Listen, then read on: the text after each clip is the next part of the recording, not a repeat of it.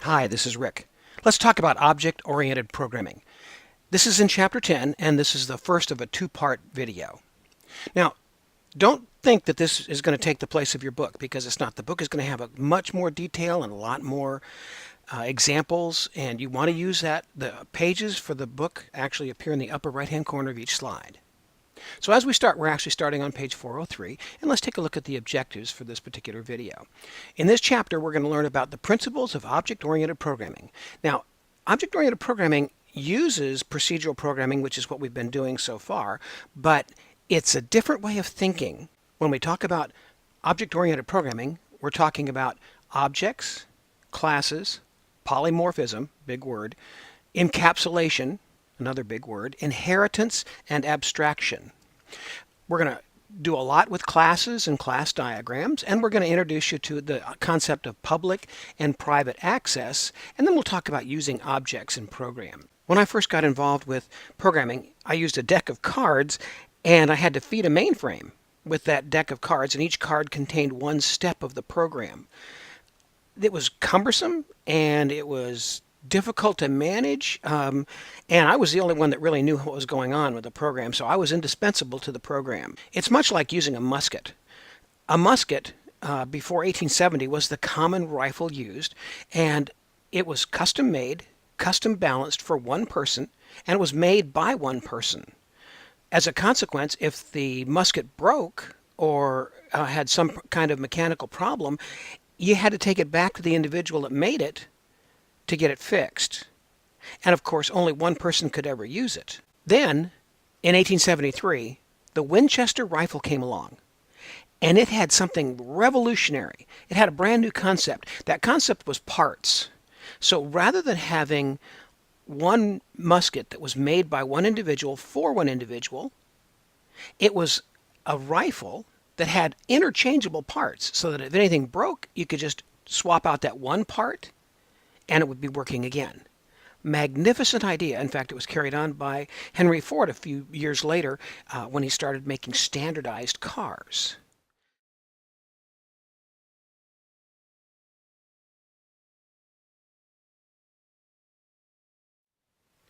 Getting back to programming, we can see that this is a procedural program. Very long, very tedious to write, usually understood by very few people, and it is a mess to manage if you have to troubleshoot it.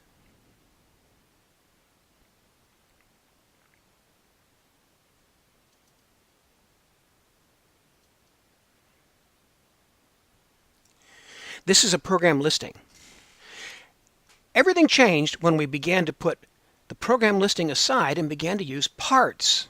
Now, those parts are called objects, and they actually contain properties and methods inside those objects. They're kind of like self-contained little programs. So if we take a look at Windows, for example, how many different things can you do on the Windows start screen? Oh my gosh. You can click an icon, you can click the taskbar, you can click an icon on the taskbar, you can click the desktop. Oh, by the way, you can right mouse all of those things too, and in some cases double click and find out what it'll do. So the whole idea is that there's a lot of possibilities here, and it's very, very difficult to program in the old way, so we make each one of those items an object, and as such, they are self-contained. So they're like little itty-bitty programs, and each one contains logic and data. And what we do is normally we say it has a name, it has attributes, and it's got methods. We'll talk about those a little bit later. But there are several mini programs involved in this kind of interface. They're different programs for different applications, but they're basically one big, long application containing a lot of little different parts, like a rifle contains a lot of little different parts. Each one has a name, attributes, and methods.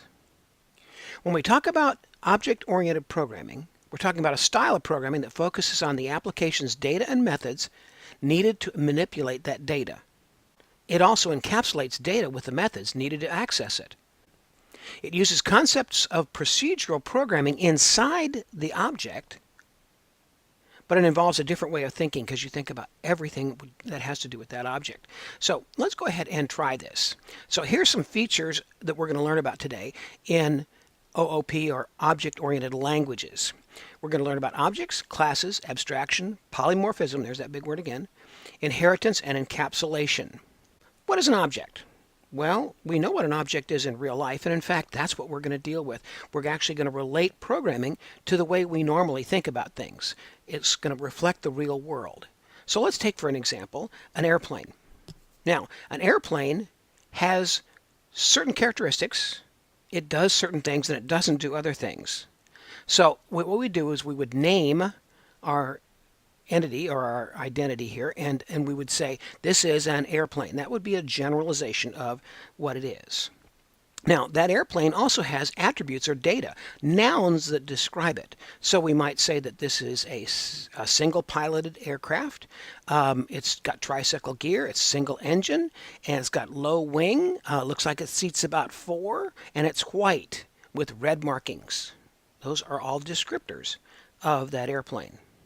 We would also say that it's got methods or behaviors, which are verbs. So we would say that it flies, or it turns, or it descends, or climbs. Those are all methods or verbs that go along with this particular object. You ready to try one on your own?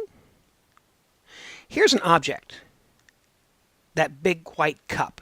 Think about its attributes, the nouns that describe it, and the behaviors or the verbs that go along with it. What can it do?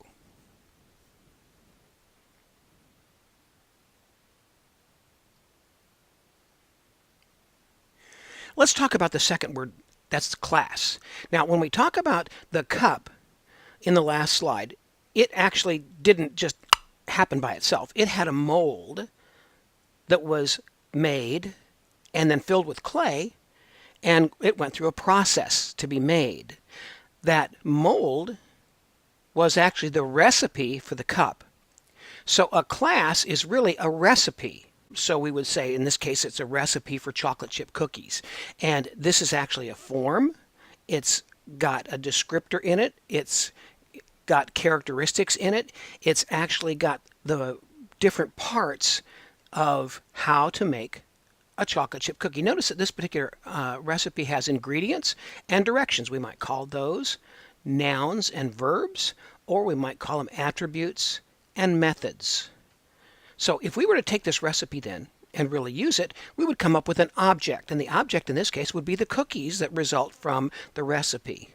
So the class is the recipe, the object is the cookies. Let's talk about classes and objects again. And we said that objects have a name, and they have attributes, and they have behaviors. And because objects are made from classes, in other words, the class is the recipe, then the class must have a name, attributes, and behaviors as well, so that we can make objects from it.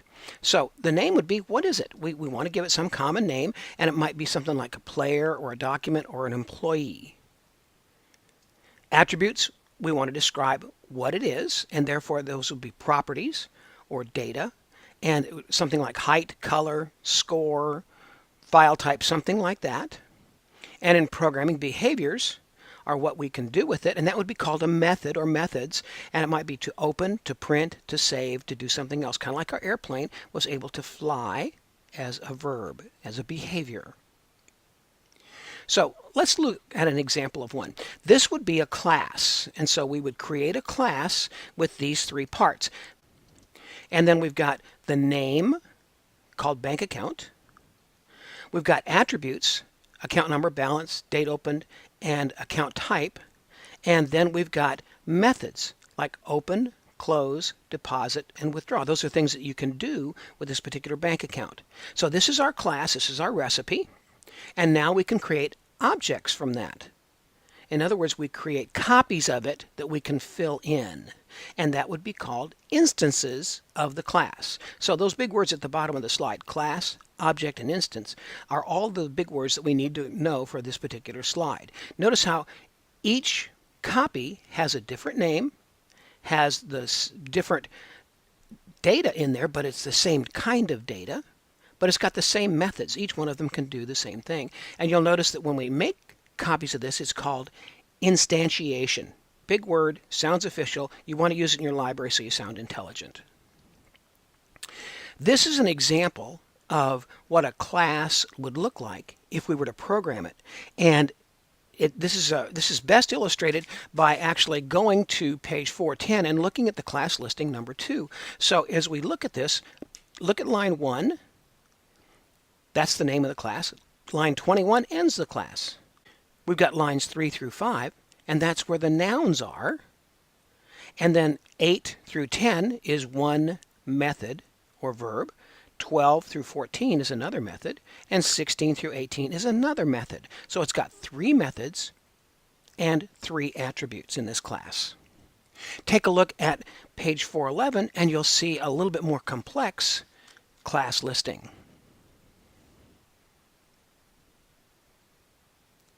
Pre-written classes come with the language normally. They're often called libraries or frameworks if you're in a .NET environment. Let's take a look at the 4 terms that go along with OOP. There's abstraction, polymorphism, inheritance, and encapsulation. Easy way to remember that is it's a pie. I thought that would get your attention. It's a food-oriented podcast, isn't it? All right, so when we talk about abstraction, what we're really looking at is something that generalizes. So if we said, well, we want you to go into the room and get the table, you wouldn't really know what kind of table we were talking about, but you would generalize all these different things from the word table. So abstraction means that we can take the data and we can do something different by just focusing on the essentials of that data. It's a non-specific way of handling different kinds of data. So we have everyday conventions that go along with the word table, and we can feed an object or a method all kinds of different kinds of data and have it do different kinds of things. Now, this doesn't happen by magic. You have to actually go in there and tell it what to do with each one, but it can accept different kinds of data. Let's talk about encapsulation. Encapsulation means to bundle. To actually make it one together. And it's actually restricting the accessing of certain parts of the object. So they can't be changed from the outside. They can only be changed from inside the object, not from outside the object. This is a great security methodology. It's also called information hiding. So a change in one attribute or method won't require changes in all, and we'll show you how that works in just a second.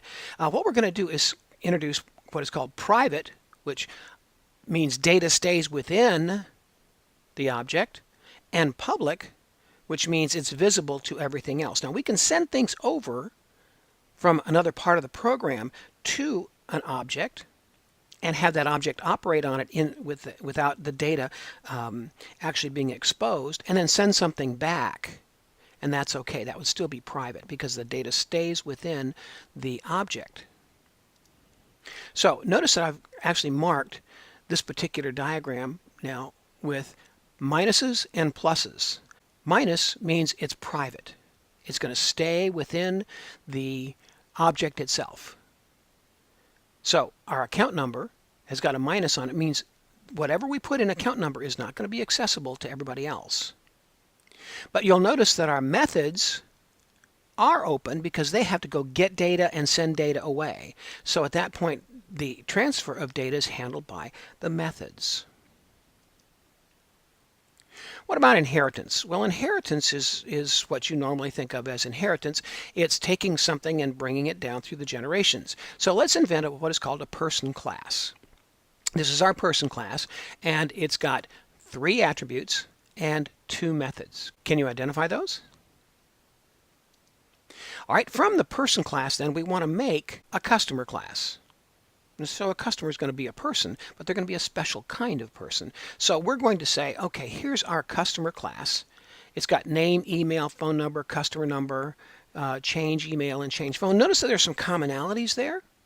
Well, we can, through inheritance, actually say, okay, let's make a customer class, and it's going to have everything that's in the person class plus a customer number. So it's going to take all that stuff that's up there in its parent class or its progenitor and add customer number, and that's going to be our customer class.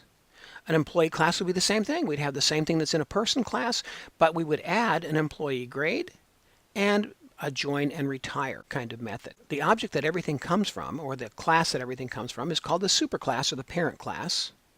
And the classes that come from it are called the subclass or child class. Polymorphism means many forms. And what that means is we're going to give some flexibility to our object. So we use the plus sign in many different ways. So we can say numbers, in the case of numbers, that addition A plus B. Now, the plus sign can also be used to concatenate things. So, for example, if we send it numbers, it will do addition. If we send it words, it'll then put them together. So if we concatenate hello world, or A and B, it would come out hello world. If we send it numbers, it comes out A plus B, or an addition problem. And if we actually diagram that, we would say our bank account then would have a subclass of checking account, and we could deposit and withdraw. Notice that the two are actually almost identical except for that last check number attribute. And the savings account, although it's the same kind of thing in the sense that it contains money, it doesn't have that last check number because it doesn't need it. It's got an interest rate associated with it, but it still has the same deposit and withdrawal methods that can be used with it. Now, an investment account would have the same account number and the same balance attributes, but there are some restrictions to depositing and withdrawing from an investment account. It's got to be done at certain times of year and other things that are associated with it. So we would take that deposit and withdrawal that are in the bank account class, and we would actually rewrite them for the investment account class. So even though they have got the same name, it's going to do something different and have different restrictions on it. And the withdrawal would have the same name but different restrictions on it. Turn to page 443 and do review questions 1 through 5.